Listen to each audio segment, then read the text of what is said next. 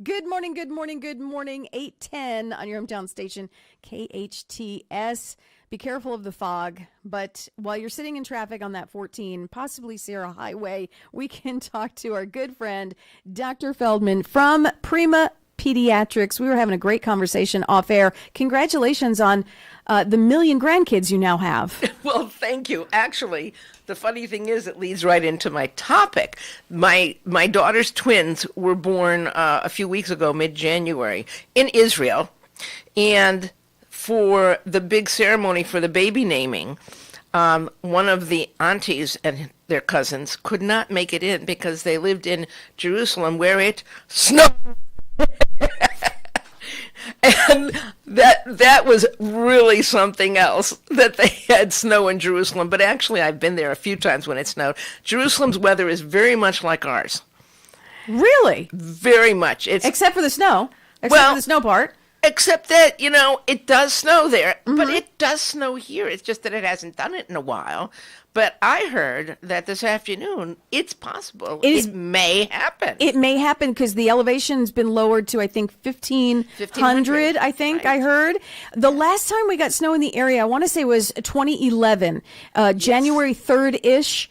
And it was a nice amount of snow. Do you remember that? I remember that. I'll go you one better. Okay. This shows you how old I am. In the 1980s, mid-1980s, it snowed even in the San Fernando Valley, and Newhall got almost a foot of snow. In the 80s? In the 80s, mid-80s. I remember it specifically because I went to pick up one of my associates because I was the only one with a four-wheel drive at the time and snow tires. So none of the rest of the people could get in. So I went to pick him up in the valley, and having been to his house multiple times, I didn't figure I needed an address. I didn't know his address, and I didn't care.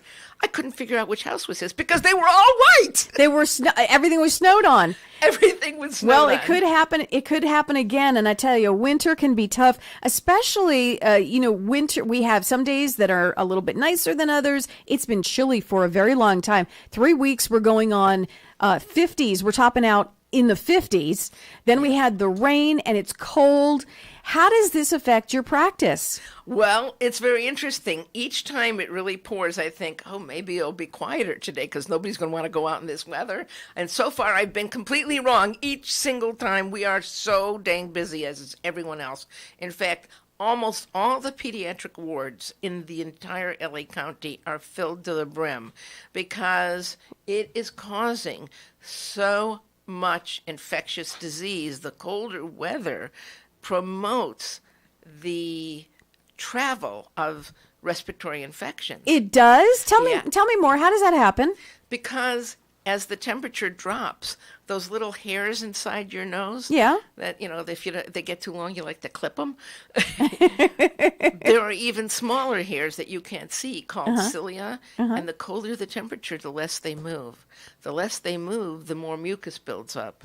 The more mucus builds up, the more it traps bacteria. And the less they move, the less they can move the bacteria out of your nose.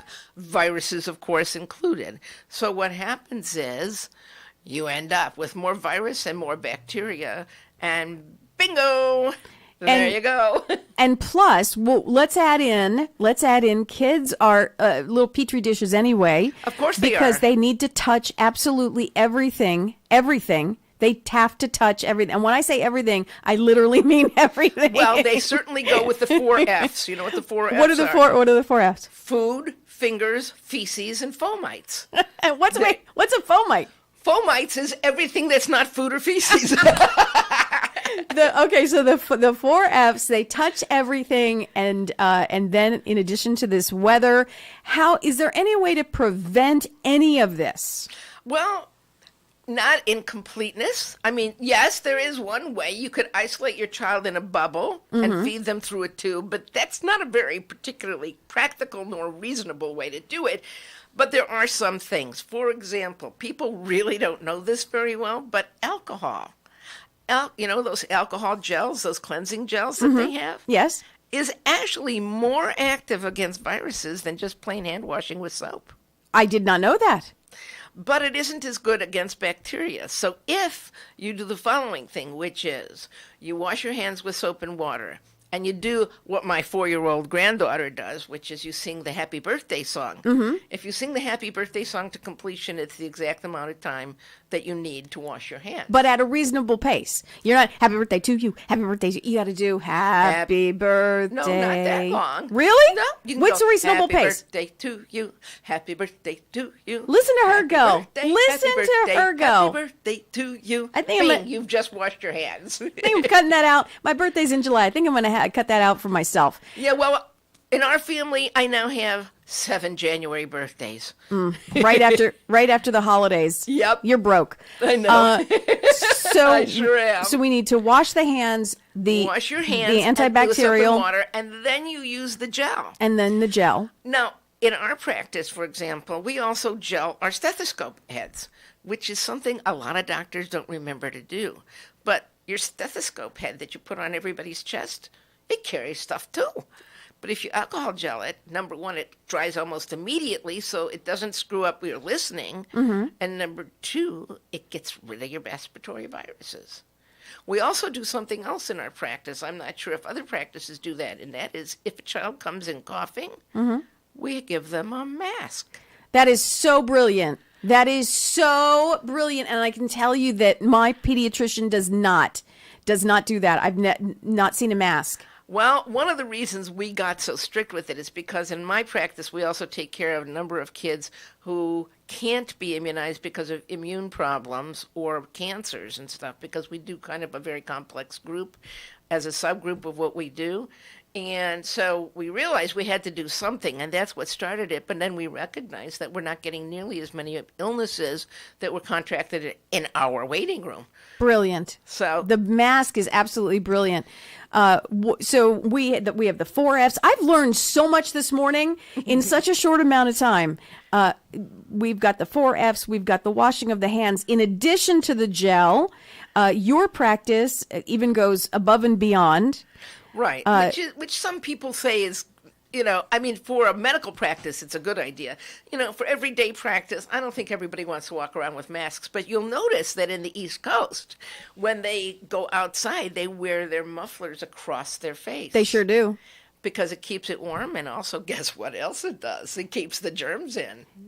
Oh. Of course, then you do have to wash those mufflers every so often. No one washes. I can tell you right now, no one washes those scarves. They're not getting washed. My mother always did, but she was kind of a nut. So no one. I can tell you right now, those aren't getting washed. My mother was one of those people who, when we had a luncheon for the ladies of her group, and one of the ladies wandered into the furnace room, and they came out, and I overheard them because I was helping. I was like 12, and they said, "Oh my God, can you believe she washes and waxes her furnace?" And she did. My mother did wash and wax. I love it. I would have loved her. Dr. Feldman from Prima Pediatrics. It's primapediatrics.net. That's correct. .net. You can look her up. Is there a phone number off the top of your head, or should we just go to the website? Oh, no, there's actually one right off the top of my head. Here it is. Oh, it's 661-424-9000.